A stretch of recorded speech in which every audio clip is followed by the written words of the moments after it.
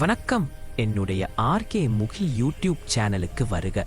நான் ஒரு நல்ல மகாபாரத கதையை உருவாக்குகிறேன் என நினைக்கிறேன்.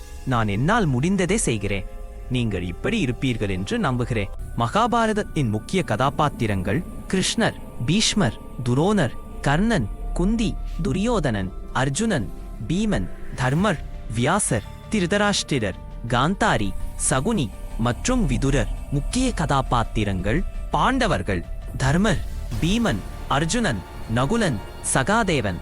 கௌரவர்கள் துரியோதனன், அரசின் வாரிசு, துச்சாசனன் மற்றும் மகாபாரதம்.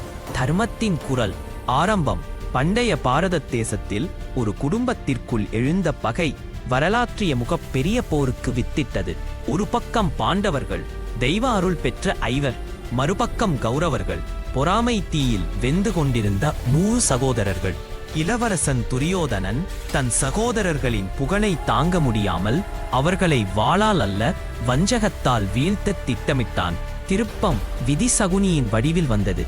நேர்மையான தர்மர் சூதாட்டத்தில் தனது நாட்டையும் தம்பிகளையும் இறுதியில் திரௌபதியையும் இழந்தார். அரச சபை அதிர்ந்தது. கௌரவர்கள் பாஞ்சாலியின் துகிலுரிய முயன்றபோது அவள் கதறினாள். அப்போது கிருஷ்ண பரமாத்மா அற்புதம் நிகழ்த்தி அவள் மானம் காத்தார். அவமானப்பட்ட பாண்டவர்கள் 13 ஆண்டுகள் வனவாசம் சென்றனர். ஆனால் பழிவாங்கும் சபதம் ஏற்றனர். காலம் கனிந்தது. திரும்ப வந்த பாண்டவர்கள் நாடு வேண்டாம், தங்களுக்கு 5 கிராமங்கள் மட்டுமே போதும் என்று கேட்டனர். ஆனால் ஊசி முனை அளவு நிலம் கூட தரமாட்டேன் என்று துரியோதனன் ஆணவத்துடன் மறுத்தான். சமாதானம் தோல்வியடைந்தது. குருக்ஷேத்திரத்தில் படைகள் குவிந்தன. ஆனால் எதிரில் தன் உறவுகளைக் கண்டு மாவீரன் அர்ஜுனன் கலங்கி வில்லை கீழே போட்டான். அப்போது காலம் நின்றது. பகவான் கிருஷ்ணர் விஸ்வரூபம் எடுத்து கீதையை உபதேசித்தார். எதிர் நிற்பது உடல்கள் தான், ஆன்மா அழிவற்றது.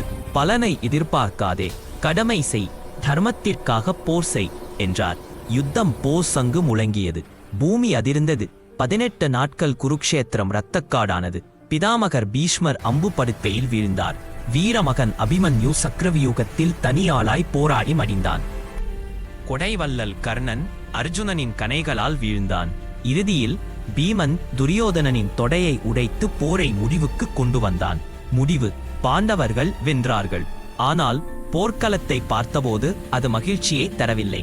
அது ஒரு இடுகாட்டின் வெற்றி. தங்கள் உறவுகள், நண்பர்கள், பெரியோர்கள் என அத்தனையும் இழந்திருந்தார்கள். சில காலம் ஆட்சி செய்த பின் அவர்கள் இமயமலை ஏறி முக்தி தேடிச் சென்றனர். இந்த காவியம் சொல்லும் பாடம் ஒன்றுதான். போரில் வெல்வது வீரர்களாக இருக்கலாம், ஆனால் இறுதியில் காப்பது தர்மம் மட்டுமே. தர்மோ ரக்ஷதி ரக்ஷிதஹ.